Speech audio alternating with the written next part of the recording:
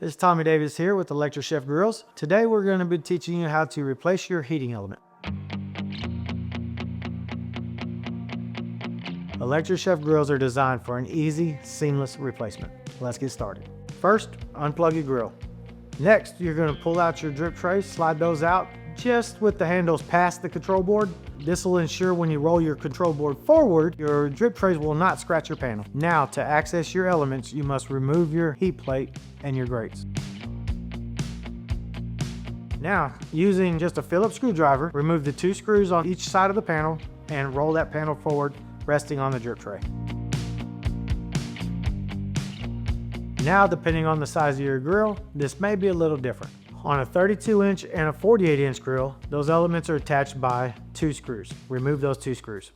On the 24-inch grill, element wires are integrated, so just unplug those from the relay. Now, remove the 2 screws that hold the elements to the mounting bracket. Now, remove your old element and take your new one and put it right in the same spot. All grill sizes have the screw holes to the top of the element.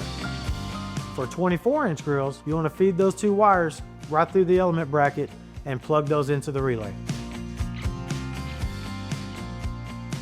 When reinstalling the element mounting screws, be sure not to over tighten them. Now that your element is installed, you will notice the bar side of the element does not reach the element support brackets back there. Stretch the elements to the back of the grill and set the legs into the support brackets. Now it's time to reinstall the heat plate and reinstall your grates. Now you're all set to plug the grill back in and start grilling.